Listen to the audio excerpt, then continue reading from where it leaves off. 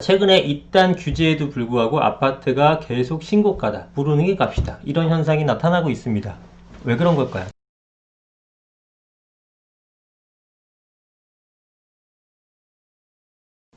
네, 안녕하세요. 반갑습니다. 이승우 소장입니다. 최근에 기사들이 이런 게 많이 뜹니다. 서울 아파트는 거래 절벽. 그런데 상당히 많은 수의 숫자가 신고가를 찍고 있다라고 합니다. 자, 지금 거래 절벽은 서울뿐만 아니라 전국적인 현상인데, 보통 여러분들이 생각하시는 거는 거래 절벽인데 왜 신고가가 나지? 뭐 이렇게 좀 고민이 되실 겁니다. 왜 그런지 한번 살펴보도록 하겠습니다. 일단 내용을 보게 되면은 의미 있는 거래가 23건 정도 집계가 됐는데 그 중에 반이 넘는 12건 정도가 지금 신고가 계약으로 확인됐다. 자, 최고 가격에 거래되는 단지가 속출했다고 하네요. 그런데 한국감정원은 어떻게 발표합니까? 지난주 서울 아파트 값은 0.01% 거의 뭐 안 오른 거죠. 이렇게 7주연적 안정적으로 관리되고 있는 것처럼 해석된다.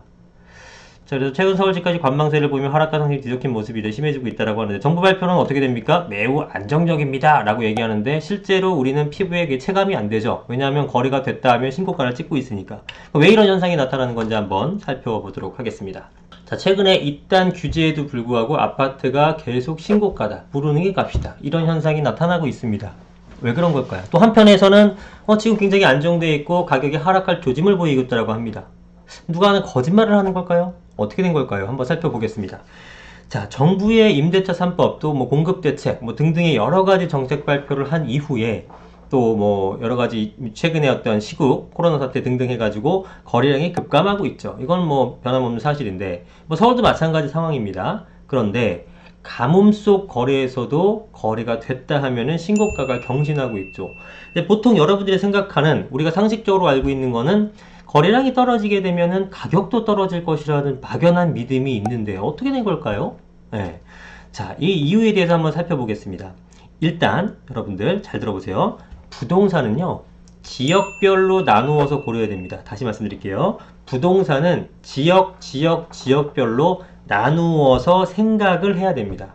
그래서 전국 부동산 가격이 올랐네 떨어졌네 하는 것은 사실은 거의 의미가 없는 데이터예요. 전국에 뭐 올랐다 떨어졌다 이게 무슨 의미가 있어요? 전국이 올랐어도 내게 떨어질 수 있는 거고, 그죠? 전국적으로 떨어졌어도 내게 올라갈 수도 있는 거잖아요. 그래서 전국이 데이터가 뭐가 그렇게 중요해요? 내 주식이 오르는 게 중요한 거지, 주가 지수가 오르는 게 뭐가 그렇게 중요하냐 이거죠. 주가 지수가 올랐어도 내게 떨어지면 나한테는 의미가 없는 데이터가 돼버리는 거잖아요. 그래서 부동산 가격의 상승이나 하락 같은 것들은 특정한 조건을 달아야 되는 거예요. 예를 들면 범위를 간소화해야 됩니다. 범위를. 자, 서울 강남구의 가격 데이터는 의미가 충분히 있죠. 뭐 강원도 철원군에 있는 지역의 데이터 충분히 의미가 있어요. 근데 전국 데이터가 어쩌고저쩌고 의미가 없습니다. 현재 부동산 가격 변동을 지역별로 살펴보게 되면은 가격이 올라가는 지역이 있고 또 가격이 하락하는 지역이 있습니다. 이 지역의 구분이, 떨어지는 것과 올라가는 지역의 구분이 명확하죠. 그래서 상승을 주장하는 분들은 상승 지역의 데이터를 갖고 와서 설명을 하고요. 하락을 주장하는 분들은 하락하는 지역의 데이터를 가져와서 설명합니다. 틀린 건 아니에요. 문제는 뭐냐면 이것을, 결론을 어떻게 해석하냐면은 확대 해석을 합니다. 결론을 어떻게 도출시키느냐. 예를 들어서 땡땡 지역의 부동산 가격이 막 하락하고 있어요. 충분히 있을 수 있죠. 하락이 두드러지고 있는데 그 데이터를 보여주면서 이렇게 결론을 내는 겁니다. 이게 봐라, 지금 부동산 시장이 이렇다. 지금 부동산 시장 지금 전국적으로 이제 대폭락이 올 것이다. 하락의 전조가 보이지 않느냐. 특정 지역을 확대 해석해서 전국으로 퍼뜨려 버리는 거죠. 근데 이렇게 주장하는 사람들이 있는데 그 말을 또 믿어요. 그래서 믿는 사람도 되게 많습니다. 참, 이건 객관적인 어떤 통계를 갖고 얘기를 하다 보니까 그거에 대한 어떤 통계적 맹신, 그 다음에 좀 죄송한 얘기지만 그 통계를 제대로 해석할 수 있는 눈이 없기 때문에 거기에 혹하시는 거죠.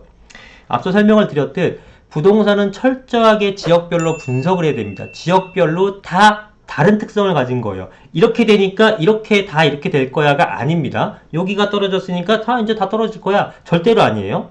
자, A 지역이 올랐어도 B 지역은 내려갈 수 있죠. 또 똑같이 상승을 했다 하더라도 C 지역이 10 올랐을 때 D 지역은 100이 오를 수도 있는 겁니다. 전혀 다른 내용이죠. 그래서 요점은 뭐냐면 부동산은 그 부동성, 움직이지 못한다는 성질 때문에 반드시 지역별로 세분화해서 분석해야 된다는 거예요. 다른 물건하고는 틀리죠. 그죠? 예, 다른 물건은 유통 과정을 통해서 여기에 있는 생산한 것도 이쪽에서 수요가 될 수 있지만 부동산 같은 거는 여기에 수요가 많다고 이쪽에다 공급하게 되면은 여러분들이 글로 갑니까? 지금 서울에 집이 모자란데 강원도에다 100만 채 짓는다고 서울 집값이 잡혀요? 아니죠. 근데 서울에 볼펜 수요가 굉장히 많은데 서울에서는 지금 공장으로 돌려봤자 그 수요를 감당 못해요. 강원도에 있는 볼펜 공장 돌려갖고 유통시키면 되잖아요. 부동산은 그게 없어요. 그래서 개별성이 강하고 부동성이 강한 특성을 갖고 있기 때문에 지역별로 세분화해서 살펴봐야 된다는 게 아주 중요한 부동산 분석의 기본 요소입니다. 그리고 엊그제인가요? 그 홍당기 부총리가 말씀을 하신 걸 보니까 거래량은 급감을 하고 있는데 그 와중에서 신고가를 경신하는 단지와 또 가격이 하락하는 단지가 공존하고 있다. 그러고 있고, 그렇지만 전국적인 데이터를 보니까 0.01%가 6중과 7중과 되니까 안정되고 있다. 이렇게 말씀하시는데 잘못된 표현입니다. 자, 최근 상황을 매우 단순화시켜서 말씀드리게 되면 서울은 신고 가격을 계속 경신하고 있고 지방은 가격 조정이에요. 아니 뭐 지방 중에 올라가는 거 있고 서울 중에 떨어지는 거 있는데 대체적으로 그렇다는 얘기입니다. 단순화시켜서. 네. 자, 이런 현상이 발생하게 된 이유는 여러 가지가 있는데요. 뭐 그거 말씀 다 드리려면 좀 시간이 많이 걸리니까 한 가지만 살펴볼게요. 그거는 다주택자를 지금 그 옥죄고 있는 정책 때문이죠. 다주택자를 옥죄고 있는 정책이다 보니까 똘똘한 1주택 보유로 사람들이 생각을 하게 되겠죠. 그럼 여러분들 똘똘한 1주택 할 때 서울 거와 지방 거 여러분들 뭘 갖고 싶습니까? 똘똘하게 한 주택만 남겨야 된다면 당연히 서울 쪽에 하겠죠. 실거주 말고 투자력 관점에서 서울의 부동산과 지방 부동산 뭘 하겠습니까, 여러분? 뻔하죠. 그러면 서울 중에서도 강남이 있고 비강남이 있어요. 뭘 하겠습니까? 뻔하죠. 한강변과 비한강변이 있어요. 뭘 하시겠습니까? 뻔하죠. 신축과 구축이 있어. 뭘 하시겠어요? 뻔하죠. 재개발 지역과 그냥 일반 지역이 있어. 어떤 걸 하시겠습니까? 뻔하죠. 굉장히 인지도가 있는 유명 지역과 그렇지 않은 지역 어디 하시겠습니까? 뻔하죠. 직장 가까운 곳과 그렇지 않은 곳 어디 하시겠습니까? 뻔하죠. 누구나 투자적 관점에서 생각할 수 있는 그런 상품들은 똑같아요. 그렇기 때문에 그렇게 좋은 지역을 누구나 원할 때의 가격은 계속 치고 올라가면서 신고가가 나타날 수밖에 없는 겁니다. 그러면서 지금과 같은 신고가 경신 현상이 생겨나는 거예요. 이런 기본적인 내용을 모르는 사람들이 그 땡땡 지역의 가격이 떨어졌네. 땡땡 지역 지금 미분양 났대. 이런 영상 보면서 확대 해석하면서 부동산 이제 조금만 기다리면 떨어지겠구나 이런 허황된 꿈을 꾸고 계시는 거예요. 네? 부동산의 기본 내용을 모르니까. 그리고 이렇게 주장하는 분들이 굉장히 많은 어떤 호응을 받고 있잖아요. 그죠? 말도 안 되는데 엄청나게 호응을 받고 있어요. 그러니까 더 신나서 막 얘기를 합니다. 실제로 그분들은요, 4년 전, 5년 전부터 똑같은 주장했어요. 가격 떨어진다고. 4년째, 5년째 틀리고 있어요. 난 민망해서 못 나올 것 같은데.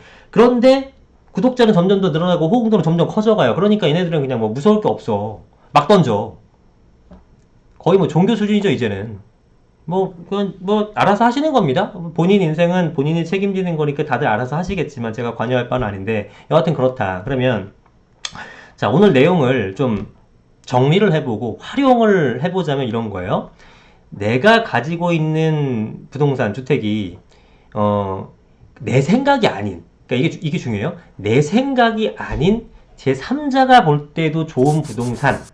왜냐면, 내 생각으로는 별로 나쁜 부동산이 없어요. 왜냐면 우리 동네 여러분들 좋지 않아요? 우리 동네 나쁘게 얘기하는 사람 없어.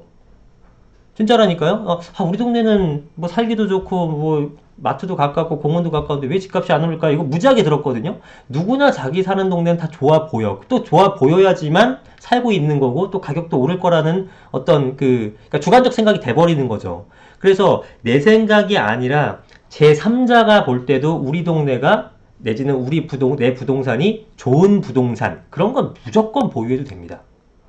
가격이 떨어진다는 기사가 많이 나와도 그건 내 부동산과 연관이 없는 거예요. 딴 나라 얘기예요. 걱정 붙들어 매셔도 돼요. 부동산처럼 개별성이 강한 상품이 없다니까요. 부동산 학 개론에서 명확하게 가르치는 내용이에요. 굉장히 강조하는 내용입니다. 부동산은 개별성이 강하다. 그런데 내가 보유한 주택이 좀 별로야. 그럼 일단 매도를 좀 고려하셔야겠죠. 근데 이제 매도를 하면서 근데 가만히 뭐 현금 주고 있으면 안 되는 거, 그걸 상급지로 갈아타긴 해야겠죠. 그렇게 한 번, 두 번 업그레이드 시키면서 점점 좋은 부동산을 보유하는 거고요. 그렇게 올라가면 어느 순간 더 이상 팔지 않고 평생 가져가도 되는 그런 부동산까지 다다르게 되시는 거예요. 그럼 떨어지건 말건 그건 내 부동산 얘기가 아니야. 그 상급지까지 가는 걸 여러분들 목표로 하시는 거죠. 그렇게만 되면 나는 뒤돌아보면 어느새 굉장한 자산가가 돼 있는 겁니다. 그죠?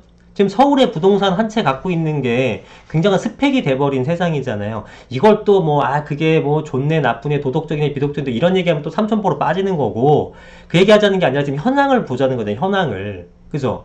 이렇게 올라갈 수밖에 없는 상황을 보고, 거기에 맞춰서 대응을 하자는 얘기잖아요. 그쵸? 그래서 여러분들은 집값이 어디 지역이 막 떨어지고 있어 위기 상황이 온다 그거랑 이거랑은 전혀 상품 틀린 상황이에요. 그죠?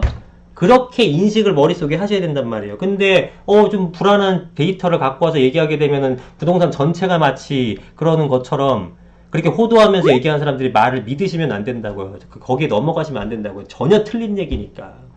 아시겠습니까? 예, 그래서 여러분들이 성공 투자를 좀 잘 하셨으면 좋겠습니다.